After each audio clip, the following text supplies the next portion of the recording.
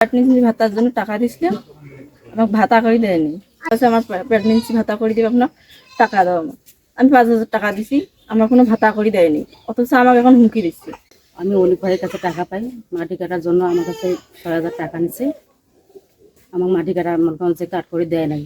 ওই টাকা যাওয়ার জন্য মনে করেন পাওয়ার জন্য অনেক কদিন ওনার বাড়ি গেছিলাম। তারপর আমাকে বলতেছে যে বিকাশে টাকা দেবো, সকাল সন্ধ্যা বিকালে এরকম আমাকে অনেক সময় দিছে, অথচ কোনো আমার বিকাশে টাকা ঢোকে নাই। এরকম অনেক আমি মনে করেন যে ওনার বাড়ি বিরক্ত হয়েছে যাতে যেতে। অর্নিং মেম্বার বলছে যে কাট করে দেবো আপনার, আমাদের কাছে 7,000 টাকা চাইছে, আমি 5,000 টাকা নিয়ে ওনার হাতে দিছি।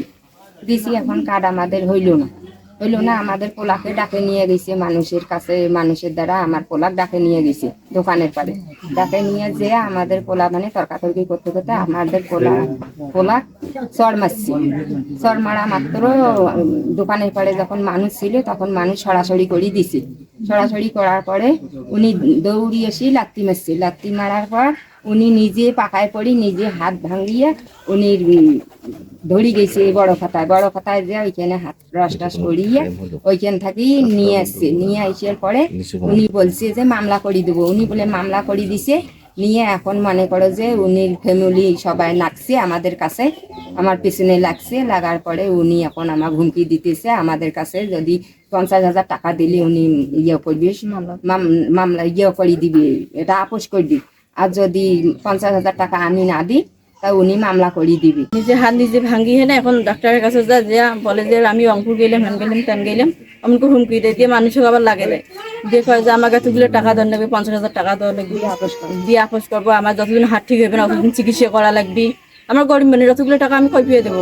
আমার 4 নম্বর ওয়ার্ডে ইউপি সদস্য অনিক মেম্বার, সে দীর্ঘদিন থেকে কাঠ দাঁড়িয়ে আমার মাটি কাটা, রেশন কার্ড, টিসিবি এ ধরনের কার্ডের বাজেট আসলে সরকার থেকে এরা এই গ্রামের মানুষের টাকা বলতেছে বলে আমি কাট করে দেবো, 5,000 টাকা দেন, 2,000 টাকা দেন, এরকম করে টাকা বিশৃঙ্খলা ভাবে নেয়। নেওয়ার পর লোকজন কাট করে দিয়ে না, আবার লোকজন টাকা ফেরত চাইলে বিভিন্ন রকম করে হুমকি দেখায়।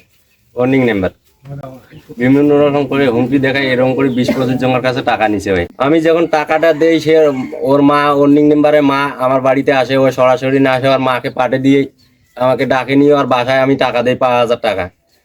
দেওয়ার পর এই টাকা নিয়ে ওর মা বলতেছে বলে কার্ড এটিভি হবে না, পরে রেশন কার্ড করে দেবো, এরকম বিশৃঙ্খলা মানে 3 মাস থেকে ঘুরাইতেছে আমাকে। এই ঘোরার পর এই কথাগুলো আমি তুলি ধরার পর ওর সাথে ঝগড়া লাগার পর ওই আমার বিরুদ্ধে নিজে হাত পাত ভাঙিয়ে আমাকে চর মারিয়ে পাবলিকের সামনে পুলিশ নিয়ে আসিয়া করলে, আমার যদি ক্ষমতা না থাকে আমি এসপি নিয়ে আসি বা ওসি নিয়ে আসি, তোর কোন বাপ আছে তুই নিয়ে আয়, এরকম আমাকে হুমকি টুমকি দিছে। আবার উনি বলে এসপি আছে, ওই এসপির গরম দেখায় আমাকে, এসপির গরম দেখায় বলে মামলা রেকর্ড করবো, এখনো তোকে রাইতের মধ্যে তুলি নিয়ে যাবো, তোকে গুম করে ফেলাবো, এই ধরনের হুমকি দিতেছে। আবার আমার কাছে দাবি করতেছে বলে যদি এইগুলো সমাধান করিস টাকা লাগবে 1 লাখ টাকা, 1 লাখ টাকা হলে আমি সমাধান করবো, না হলে করবো না, এর মামলা চলবে, তোকে আমি গুম করে ফেলাবো।